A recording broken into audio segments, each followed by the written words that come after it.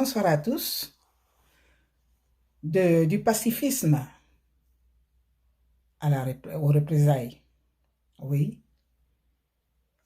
Afin Guessan, le sauveur de l'opposition. Afin Guessan se fait racheter auprès des siens. Alors, nous avons entendu un point de presse lu par un point de presse de deux candidats qui sont en position de contestation et qui ont tenu un point de presse lu par le candidat Afin Guessan. Et dans ce point de presse, il est dit clairement de passer au boycott actif. Oui, au boycott actif. Alors moi, je suis allé enrichir ma curiosité, ma compréhension par la définition de ce qu'on appelle boycott actif. Alors, un boycott actif, c'est cesser volontairement toute action avec un pays, avec quelqu'un ou une entreprise dans le but d'exercer une pression sur ces personnes-là ou ce pays ou cette entreprise, ou alors dans le but d'exercer des représailles. Le mot pression, ça, on n'a pas besoin, je n'avais pas eu besoin de comprendre, mais représailles, j'ai dit, mais qu'est-ce que c'est? Alors, la définition de représailles nous donne ceci. C'est une vengeance exercée en temps de guerre ou de conflit armé à l'encontre d'ennemis ou de populations civiles à la suite d'actions militaires, à la suite de guérilla ou à la suite du terrorisme. Donc, c'est une action négative. C'est pour cela que j'ai dit du pacifisme à la guérilla, du pacifisme aux représailles, c'est-à-dire de la paix aux représailles. Voilà. Alors, une sensibilisation pacifique qui a été lancée par le président Henri Konan Bédié, à savoir la désobéissance civile, qui n'est une action, une résistance pacifique. Mais, comme je l'ai dit tantôt, du pacifisme, on passe maintenant à la force. Et nous avons entendu dans le communiqué lu par le secrétaire général que les gens doivent répondre de manière effective et concrète. Voici aujourd'hui ce à quoi l'opposition nous conduit. Et qu'est-ce que nous avons vu? Nous avons vu des vidéos, des actions, des contestations, des protestations à Gagnoa, à Sikinsi.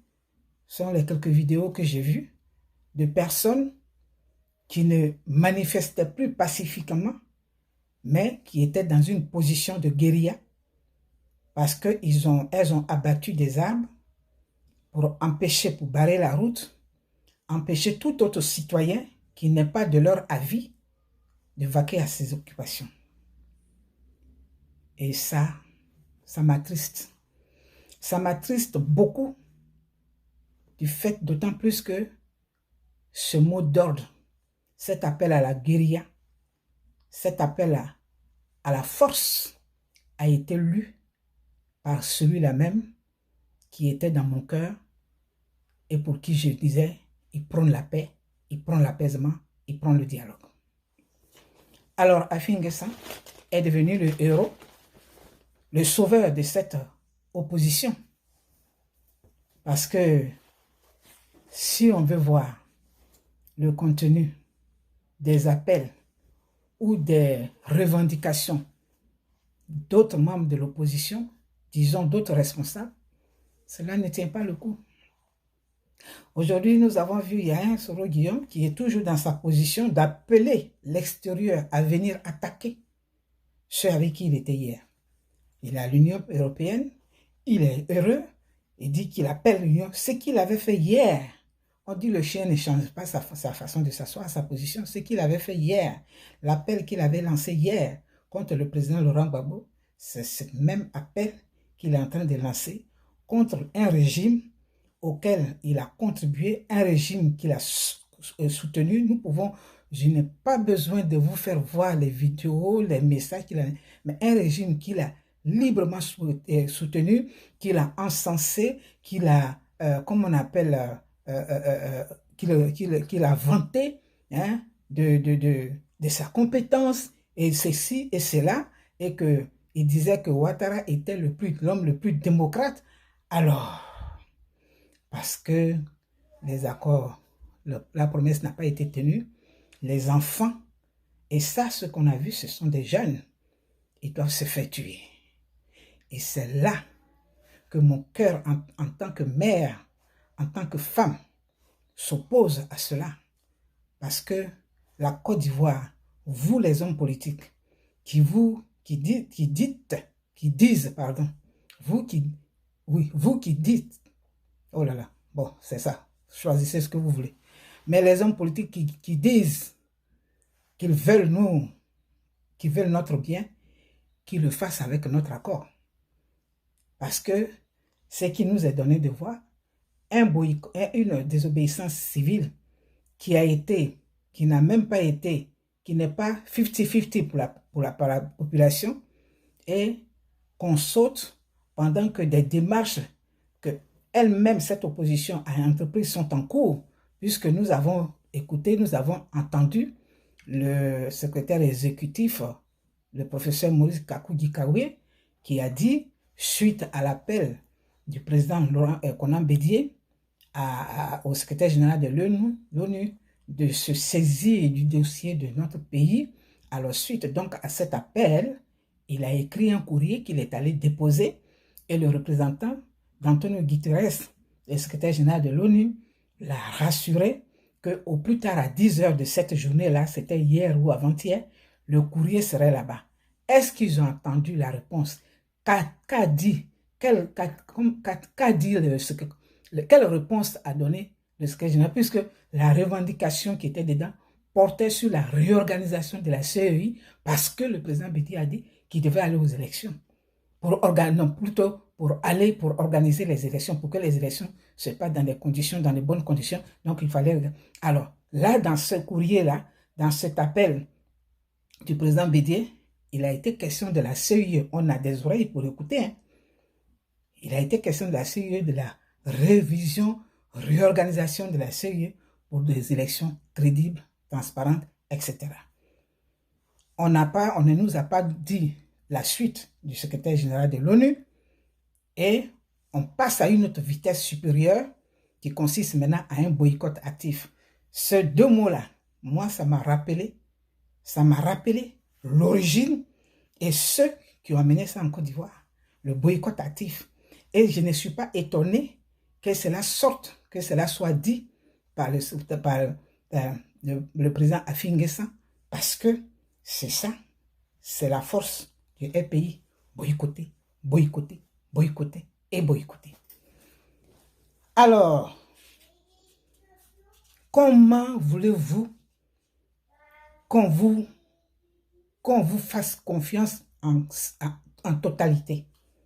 Voici des responsables, en parlant vous parlez de Marcel Montano, dont le papa, à sa demande, a été reçu par le président Ouattara à l'époque où le père était où le fils était le collaborateur de son proche collaborateur. Et nous avons entendu dans cette vidéo, dans cette déclaration, l'ancien ministre Lambert Amontano qui encensait le président Ouattara, qui reconnaissait ses valeurs et qui lui a dit d'aller dans ce sens-là. Combien d'années après, aujourd'hui, il devient dictateur de par son fils. Et en plus de cela, hein, alors, il croit nous convaincre, ou bien il croit peut-être, je ne sais pas, nous ne sommes pas assez intelligents pour faire une analyse correcte. Alors, il dit, il croit avoir dévoilé un secret. Mais il n'y a pas de secret. Le dossier de M. Alassane Dramane Ouattara est su de toute la Côte d'Ivoire. Ce dossier de ce dossier de non-ivoiriens, ce dossier de, comme on appelle, certificat de nationalité, nous savons tous cela. Rien n'est nouveau. De tout ce qu'il a dit, rien n'est nouveau. La seule chose qui est nouvelle, et que moi j'ai relevé, est que ce monsieur n'a pas prouvé le sens, la valeur d'une amitié. Les gens ne connaissent pas la valeur d'une amitié. Parce qu'une amitié, quel que soit alpha, il y a des choses qu'on ne dit pas. Il y a des choses qu'on ne révèle pas quand on était ensemble. C'est une question de moralité. Moi, j'ai mon ami. Mon ami est le RDR. Je l'ai déjà dit plusieurs fois. On avait quel âge? On avait à peu près 14 ans. Lorsque nous étions à l'école, au collège à Katola. De Katola, on est parti. On nous envoyait à Mans. On dit, nous, on n'aime pas Mans. On nous envoyait à Galois, etc., etc. Elle est toujours mon amie jusqu'à présent. Nous étions au PDCI. Elle est partie au RDR. Moi, je suis resté au PDCI. Bintou et moi, nous n'avons rien changé dans notre attitude. La seule chose, au moment où la résistance était chaude, on ne communiquait plus parce que nous étions divergents, mais nos relations n'ont pas changé. Et ce n'est pas parce qu'on n'était pas d'accord que tout ce que nous avons vécu en tant qu'enfant, en tant qu'adolescent, en tant que jeune fille et tout ça, on va venir exposer ça. Oui, Bintou avait dit ça. Oui, mais Jeannie avait dit ça comme ça, m'appelle Jeannie avait... Non. Une amitié, une telle amitié, ça se cultive jusqu'à la mort. Donc, monsieur le ministre, vous ne nous apprenez rien. Ce qui est dommage qu'il faut relever, c'est que vous saviez pertinemment cela. Vous saviez ce que le ministre Adama, comment on appelle, l'autre, Cissé Bakongo, a fait. Vous saviez très bien, vous connaissiez la vérité et vous êtes tu parce que il y avait certainement une récompense, quelque chose qu'on vous avait promis. Voilà. Donc, vous êtes tu et vous avez fonctionné comme ça. Ça veut dire que vous avez trahi les Ivoiriens. Parce que si vous aviez dénoncé cela pour dire non, que ce certificat de nationalité qui est contesté, il est effectivement faux, on n'en serait pas là. Mais vous avez laissé faire. Et Laurent Gbagbo, avec son esprit de paix, avec son amour pour les gens, a violé cette constitution que vous êtes en train de dire aujourd'hui, et puis elle a été violée, et violée ici. Il a violé la constitution pour la paix. Et il a dit, on laisse tomber tout ça, venez. Alors, monsieur le ministre, vous ne nous apprenez rien. Au contraire, on est même désolé. Alors, il y a des gens qui disent, oui, seuls les imbéciles ne changent pas. Oui, mais seuls les imbéciles ne changent pas, mais nous, le peuple là, nous ne sommes pas des imbéciles, donc ce sont les idiots qui ne réfléchissent pas. Voilà. Aujourd'hui, le pays, la population est divisée, on n'est pas d'accord. Nous voulons aller à la paix et nous voulons un règlement pacifique. Nous voulons que les gens s'asseyent pour discuter. On disait que oui, c'est le pouvoir qui ne veut pas discuter, alors qu'eux-mêmes, ils ont tout boycotté les enrôlements, boycotter la confection des pièces citoyennes et tout ça. Bon, tout simplement parce qu'ils avaient en vue ce moment que nous vivons en ce moment. Ce qui me désole, ce sont ces enfants que j'ai vus. C'est encore des enfants. C'est encore des enfants. On n'a pas vu, je n'ai pas vu d'adultes. Et ils continuent de les encourager. Oui, on vous félicite. Alors, tout ce que nous avons vu, le pouvoir, les militants ou les supporters ou les partisans du pouvoir, du parti au pouvoir, ils n'ont pas encore réagi. Imaginez un peu ce qui risque de se passer. Vous voulez amener la guerre. Soro Guillaume, donc vous êtes tous référés. Parce que, dit-on, moi je n'ai pas, mais c'est ce qui se disait, il voulait faire un coup d'État. Il a fait, il y a plusieurs qui ont échoué. Donc tout le monde comptait certainement sur ce coup d'État-là, qui n'a jamais eu lieu parce que Dieu ne pouvait pas permettre cela. Il n'a jamais été, on n'a jamais vu un rebelle qui est découvert et qui va encore faire un coup d'État et que des gens qu'il a combattus soutiennent corps et âme.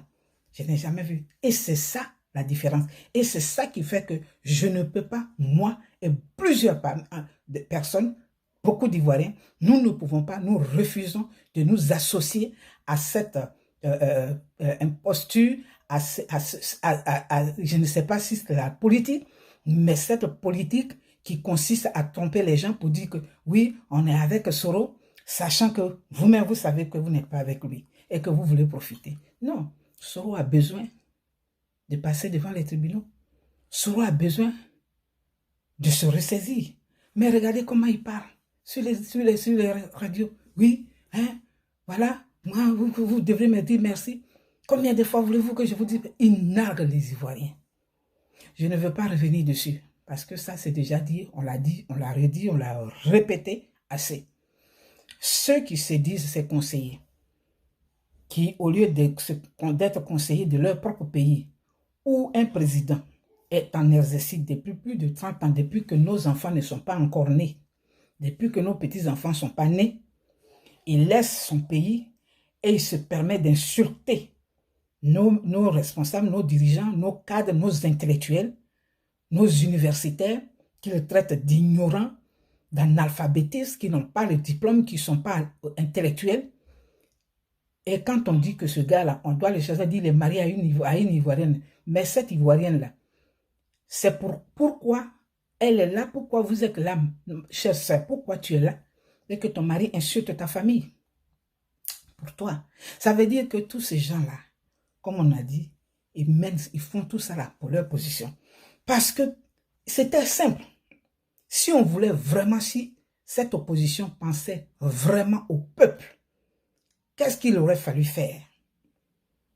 Tout simplement organiser des primaires au sein de l'opposition. Des primaires, des bonnes primaires, comme il se fait ici, aux États-Unis, jusqu'à ce qu'à la fin, deux candidats se retrouvent en lice, le candidat des démocrates et le candidat des républicains. Parce qu'au sein de ces deux partis, il y a eu des primaires qui ont permis de dégager un seul qui a eu le soutien de tous. Pourquoi ne pas faire la même chose? Il aurait fallu organiser des primaires.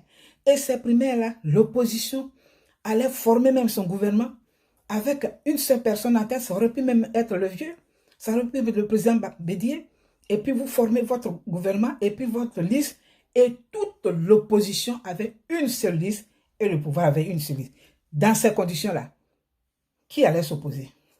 Quelle force ce pouvoir allait avoir? Quels moyens allait-il avoir pour résister, pour refuser que les choses soient améliorées? Non, parce qu'il allait avoir seulement un groupe. Et que si ce groupe ne va pas aux élections, ça veut dire qu'il y a quelque chose. Mais vous êtes tellement assoiffés, chacun veut. Une fois, j'en ai parlé, ils vont dire non, non, non. Chacun va aller et puis à la fin, au deuxième tour, mais quel deuxième tour? Nous ne sommes pas dans des conditions normales d'organisation d'élections dans notre pays. Nous sommes dans une sortie de crise, la crise qui dure depuis combien d'années, depuis le décès de Houphouët-Boigny. C'est cette crise-là qui perdure. Donc, dans ces conditions, il y a des sacrifices à faire. Ce qu'on appelle sacrifice, c'est que tu as raison, oui, tu as raison, mais tu te soumets et tu dis, ok, à cause de, pour mon peuple, ou bien pour telle raison, alors je renonce à mon droit pour qu'il y ait la paix. C'est ce que Laurent Gbagbo a fait. Et c'est pour cela que je dis, il est le seul politicien opposant de notre pays. Ça, c'est avéré. C'est avéré. Alors, mesdames et messieurs les opposants, vous auriez dû faire ça. Mais non, parce que vous étiez tellement sûrs. Chacun était sûr de gagner. Pour un seul siège, vous étiez tous sûrs de gagner. Vous voyez, il n'y avait pas de sincérité dans vos actions. Il n'y avait pas, ce n'était pas la vraie politique, ce n'était pas les vraies actions que vous posiez pour le peuple. Parce que j'ai dit, le peuple est absent dans tout ce que vous faites. Et c'est ça la désolation. Alors, aujourd'hui, c'est vous qui appelez encore boycott actif. Et les militants des autres, les supporters de l'autre parti au pouvoir n'ont pas encore réagi. Imaginez, je l'ai déjà dit, s'ils réagissent, ce n'est pas l'affrontement. Vous voulez l'affrontement. Vous voulez l'affrontement? Pourquoi? Pourquoi vous faites ça? Pourquoi vous livrez les enfants d'autrui à la mort? Ces enfants qui se réfèrent à vous. Moi, j'ai soutenu Laurent Gbagbo à un moment donné. Je le soutiens encore. Mais c'est la stratégie que je ne pouvais plus accepter. Je ne voulais plus, je l'ai dit dans l'autre vidéo, je ne pouvais plus continuer dans la belligérance. J'ai dit, il faut chercher autrement. Et moi, ma foi m'a dit, il faut aller dans le sens de la paix. Voilà le problème. Voilà. Pourquoi ne pas accepter cela? Et qu'aujourd'hui, les enfants des gens doivent mourir.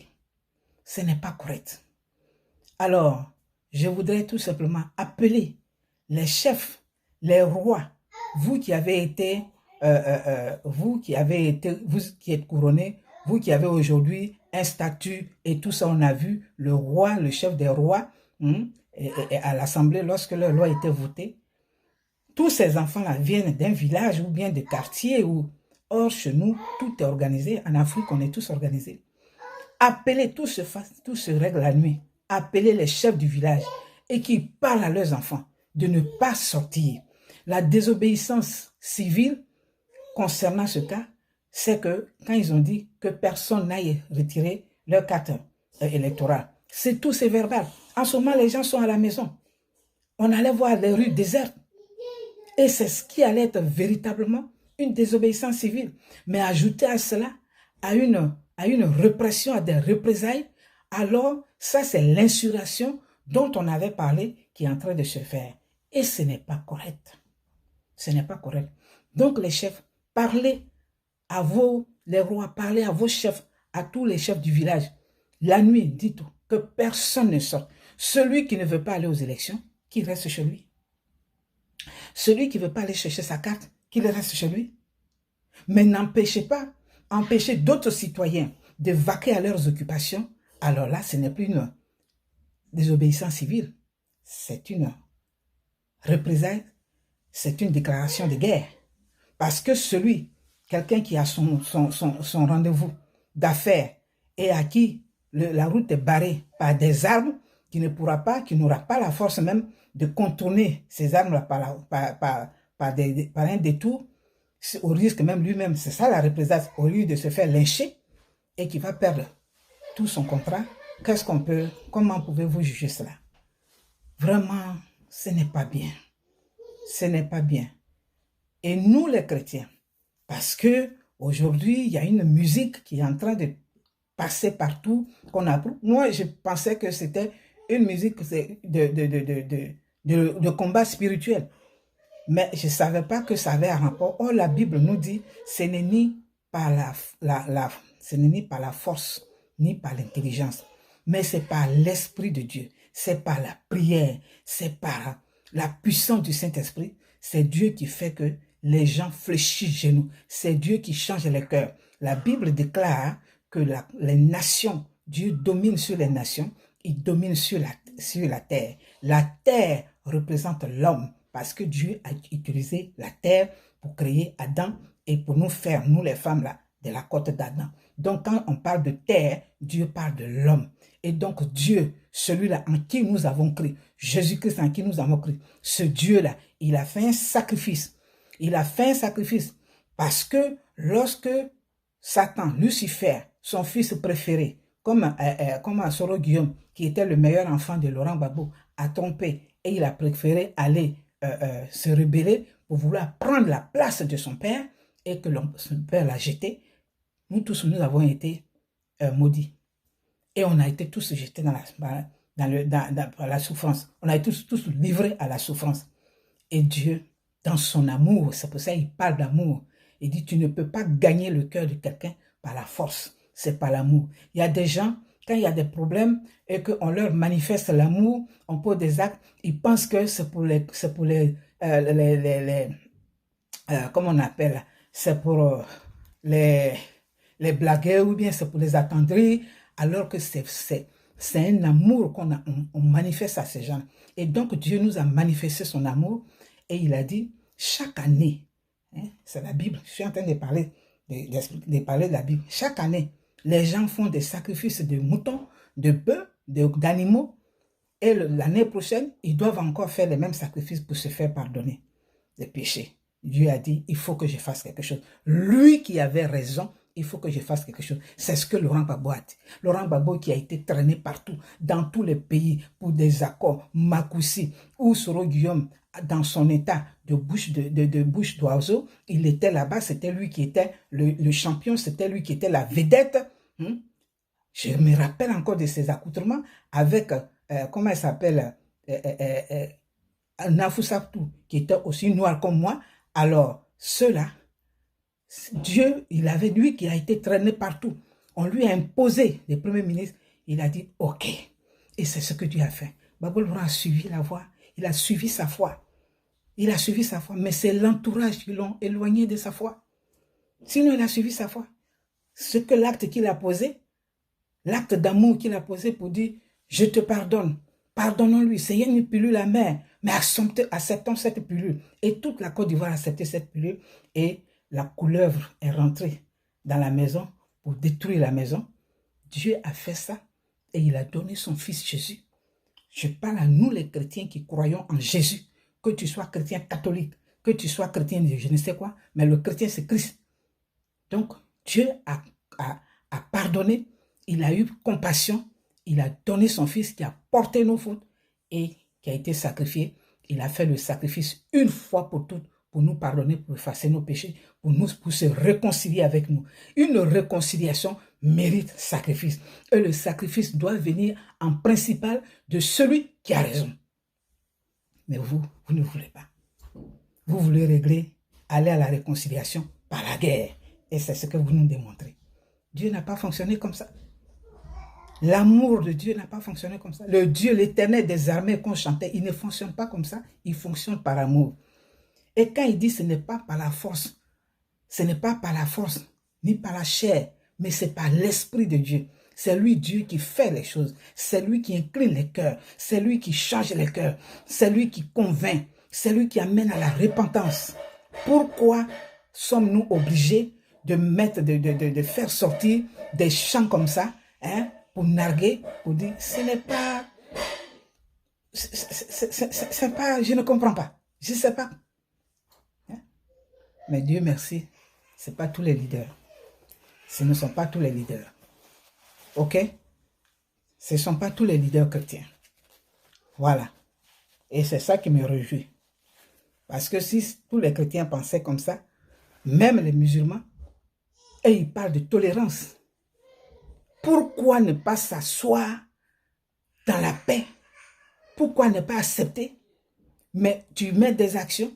Vous entreprenez des actions, vous envoyez des messages pour que des gens jouent servent d'intermédiaire pour régler le problème. Mais pendant ce temps, vous lancez les gens dans la rue et vous appelez au boycott actif, vous appelez aux représailles, vous appelez à la force. Ce qui est complètement contraire à la démocratie dont vous parlez. Ce qui est complètement contraire à l'asseyons-nous et discutons. Quand on a raison, on fait des sacrifices pour gagner celui qui a tort. Même si celui qui a tort ne reconnaît pas, mais Dieu a tellement reconnu le sacrifice de Laurent Gbagbo. Vous croyez que c'est nos crions, libérez Gbagbo, on a fait ça dans la rue ici, sous la neige. Moi, la dernière marche que j'ai faite ici, c'était avant le 15 janvier. C'était ma dernière devant l'ONU. J'étais arrêté là-bas. Au sortir de là, je me suis retrouvé aux urgences parce que je ne m'étais pas bien protégé les pieds, les baskets. J'avais froid. Je suis tombé malade. Tout ça là, pourquoi? Mais ça n'a rien donné. C'est Dieu. Le silence, il dit, c'est dans le calme et le silence que tu auras ta paix. Et donc, le silence de Laurent Gbagbo est un silence divin. Et chaque jour qu'il se tait, Dieu permet de dévoiler les gens, de dévoiler les ambitions cachées des gens qui ne criaient qu'à Dieu, qui étaient oui, et si c'est là, Dieu les dévoile. Je suis peiné encore, vraiment peiné, que celui en qui j'avais cru puisse lancer ce message-là. J'espère, on les regarde. Je voulais faire ce message-là pour dire, on vous regarde. S'il y a encore l'affrontement, ce sera vous. Ne fuyez pas. Quand les enfants des gens vont mourir, là, allez répondre. Parce que ceux qui sont déjà morts, on n'a pas fini de régler leurs problèmes. Ceux qui sont en prison, on n'a pas fini de les mettre, de les faire sortir. Au contraire, on en rajoute. Par nos propos. Vous allez voir, on va vous chasser. Il faut partir. Alors, monsieur Amontano, ce que vous avez dit là, ça ne change rien du tout. Au contraire, c'est même, moi personnellement, si c'était vous qui étiez en lice avec le candidat sortant, j'aurais voté pour le candidat sortant. Parce que cette attitude-là, elle n'est pas bonne. Je ne vais pas employer des mots, mais vraiment, c'est triste que des intellectuels puissent agir comme des enfants. Oui, hein, Bakongo, c'est toi qui es parti faire. On sait tout ça, mais on a fait table rase de ça et on doit continuer. Aujourd'hui, nous avons besoin de nous asseoir. Nous avons besoin de parler, de chercher la paix. Et chercher la paix là, on peut la chercher entre nous, comme à l'africaine, assis, et c'est ce qui est en train de se passer. Le président Bédi s'est retrouvé au Ghana, chez le roi du Ghana, et j'ai entendu, on m'a transféré une vidéo hier où quelqu'un dit, une dame là, on ne sait même pas au nom de qui elle parle, elle ne se présente pas, mais toujours pour, comme on appelle, intoxiquer l'étoile, intoxiquer l'information. Ouais, oui, que le roi du Ghana a dit, mais pourquoi vous attendez depuis, et que celui-là, vous n'aurez pas chassé, vous avez un tel serpent. Depuis quand on vit ça, c'est quelle diplomatie? C'était tellement grossier ce mensonge-là. Je l'ai partagé. Et on me dit, mais tanti maman, ça vient d'où? Il dit, je ne sais même pas. Écoutez, et j'ai appelé un de mes frères. J'ai beaucoup confiance en lui parce qu'il dit ces choses comme il est, juste quand il le faut, et quand il ne faut pas, il m'a dit, ma soeur, moi-même, celui qui m'a envoyé là, j'ai cherché à le joindre pour me donner la sous, il ne répond plus jamais, donc je l'ai balancé. Maintenant, à toi d'analyser. J'ai dit, mais ça, c'est n'importe quoi. On ne peut pas émettre à la place publique des propos d'un roi. C'est pas possible. Vous voyez? Alors, vous inventez des choses, peut-être pour vous conforter, et c'est ça qui fait que les enfants, là, sont dans la rue, parce qu'eux, ils n'ont aucun moyen de vérification. Alors, tout ce qu'on leur met dans, tout ce qu'on on met dans leur tête, tout ce qu'on prend pour les intoxiquer, ils prennent ça comme argent comptant, et puis ils agissent. Alors que ce boycott actif, là, vous auriez dû les informer. Mais le pays ne fait jamais de sensibilisation avant de lancer les actions. Et c'est vrai. 1990, la démocratie, le multipartisme, les paysans ne savaient pas de quoi il s'agit. Et j'ai plusieurs fois parlé de ça. Que moi, j'ai organisé une tournée de sensibilisation dans ma région pour expliquer que le multipartisme, la démocratie, ce n'était pas une guerre entre des familles, entre des individus, mais c'était juste une différence d'opinion et que chacun était libre de choisir qui il veut, mais on reste famille. On a fait ça. Et j'ai dit, les gens avec qui celle que je suis allé chercher pour nous conduire là, pour nous guider, elle vit, elle est là. Oui, j'ai déjà dit ça. Aujourd'hui encore, dans cette situation de crise, M. Afi lance le boycott actif sans expliquer, alors qu'il a bien dit, n'allez pas retirer les cartes d'électeurs. Mais il aurait fallu leur expliquer, faire une vidéo pour dire ce que nous disons, n'allez pas retirer vos cartes d'électeurs, n'allez pas voter, restez chez vous. Mais il dit par tous les moyens. C'est quoi par tous les moyens? C'est ça. Et donc, tous les moyens là, c'est ce qu'on est en train de voir. Alors, je prie vraiment le Seigneur que l'autre partie ne se mette pas en action aussi et qu'il n'y ait pas d'affrontement. Je prie qu'il n'y ait pas d'affrontement. Et j'ai lu qu'il y a une délégation de la communauté internationale qui vient là-bas, le Ghana, et puis je ne sais pas qui là. Je prie qu'il y ait entente. Je prie que les deux parties s'entendent. Je prie que le président Ouattara soit sensible et qu'il écoute ceux qui vont venir afin qu'une solution soit trouvée. Sinon, on voit tous que l'opposition est en train de pleurer. L'opposition a tout boycotté. Donc, on n'a personne sur les listes électorales. Elle est en train de cacher ce qu'elle a, comment on appelle, les conséquences de ce qu'elle a fait hier. N'allez pas voter. N'allez pas vous faire enrôler. N'allez pas retirer vos cartes. Est-ce que ça, là, c'est démocratique? Est-ce que ça, là, c'est ça, la démocratie? Non. Des primaires auraient réglé tout. Des primaires, avec un seul candidat de l'opposition. Nous tous, on était derrière. Parce que moi, j'avais quelqu'un qui prenait la paix, donc j'allais me mettre là-bas aussi. Et il fallait que tout ça, ça se fasse dans la paix. Mais comment voulez-vous qu'aujourd'hui, encore on trouve des enfants dans la rue, et c'est le primaire. Ils sont allés déloger les enfants de l'école. Vraiment, que Dieu nous aide. Que Dieu nous aide. Que sa grâce fasse que ça touche tous les cœurs. Tous les cœurs.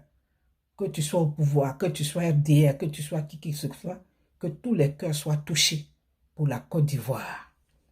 Pour qu'on ne tombe pas dans un bain de sang. Parce que l'opposition est en train, ceux qui te disent leaders, ils sont en train de se battre pour eux-mêmes.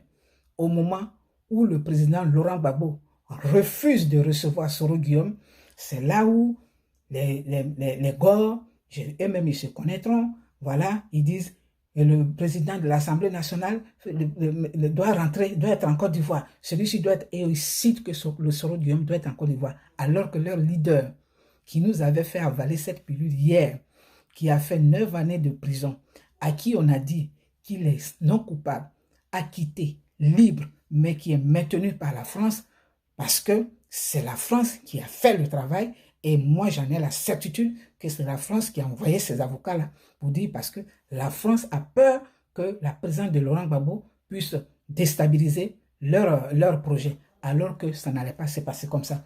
Et c'est cette opposition, c'est ces Gors et autres-là, ce sont aujourd'hui qui appellent et qui veulent que Soro Guillaume rentre et que le président de l'Assemblée nationale, la personnalité, mais Soro Guillaume, c'est lui qui a votre personnalité aujourd'hui. Vous voyez? C'est ça. Vous n'êtes pas en accord. Laurent Gbagbo dit qu'il ne veut pas recevoir Soro Guillaume. Vous dites, lui, il n'a qu'à venir. Pourquoi? Parce que vous avez soif. Vous voulez nous commander. Mais quand nous commandez, là, vous voulez notre bien, c'est forcé. Vous ne pouvez pas vouloir notre bien par la force, malgré nous. Nous, on dit, nous sommes nombreux qui disons, on ne peut pas accepter ce privilège encore à celui-là. Regardez, il est en train de recommencer. Il appelle à venir frapper le pouvoir, à venir attaquer la Côte d'Ivoire. Hein? C'est ça, c'est dans ça que vous nous invitez. Alors, M. Afi, vous avez choisi de plaire à vos amis, mais j'espère qu'avec tout ce que vous êtes en train de faire, parce que là aussi vous êtes en train de faire votre sacrifice, avec tout ce que vous êtes en train de faire, j'espère qu'ils oublieront tous les traitements qu'ils vous ont infligés et qu'ils accepteront que tu es le président légitime, tu es le président en exercice du FPI et que vous continuerez comme ça. J'espère qu'ils le comprendront et qu'ils ne vont pas se maintenir sur « il n'est pas mon candidat, il est déjà renvoyé, lui et ses machins, il est des choses. » Tous ceux qui sont sortis avec ne font plus partie. Mais quand vous parlez comme ça, demain, le projet que vous avez demain, là, quand vous allez être candidat, est-ce que vous irez, les gens qui sont avec AFI, là, serez-vous confortable d'envoyer vos représentants faire la politique dans votre région, hein, et qu'on va vous accepter comme ça? Hein? On ne peut pas rejeter un groupe pour dire que, voilà, on ne veut pas ça. Non, la Côte d'Ivoire est tout entière. Donc, si vous voulez venir au pouvoir, vous devez mener des actions, vous devez tenir des propos pour tout le monde. Voilà. Mais on ne peut pas faire de l'exclusion et puis dire que demain, on va aller passer à Fingessin, il vient de Bougouanou. Et tous ceux qui sont avec eux, les Christine Kona, les Adèle Dedi, il y a beaucoup de gens que je connais là-bas qui viennent de certaines régions. Est-ce que vous serez confortable d'aller battre campagne là-bas pour dire qu'ils ont été exclus. C'est pour cela que j'avais souhaité que le président Afi reste dans sa position, malgré contre vents et marées, qu'il aille aux élections. Après les élections, il crée son parti et puis il se débarrasse du FPI. Et puis c'est tout. On a vu ça avec De Gaulle, chose avec Giscard. C'est ainsi que le RPR est né de UD, je ne sais pas quoi là, avec comment on appelle, Jacques Chirac. Hein, c'est la droite là, où il y a eu des petits morceaux, donc de la gauche, d'un parti de gauche, d'un parti qui disait démocratique, il peut y avoir des sous-partis, ils peuvent se subdiviser parce qu'aujourd'hui, on ne s'entend plus. Voilà. Mais il a dit, quand il a dit, non, j'irai voir mes camarades pour les amener, c'est ça qui vous intéresse. Et c'est là que je suis vraiment, j'ai mal. J'ai mal parce que vous avez préféré vous faire aimer et vous avez oublié le peuple de qui vous, donc vous ne parlez pas pour nous. Voilà. Cela dit, je voudrais inviter chacun à une retenue. Jeunes de Côte d'Ivoire, peuple de Côte d'Ivoire, ne vous lancez pas dans cette insurrection.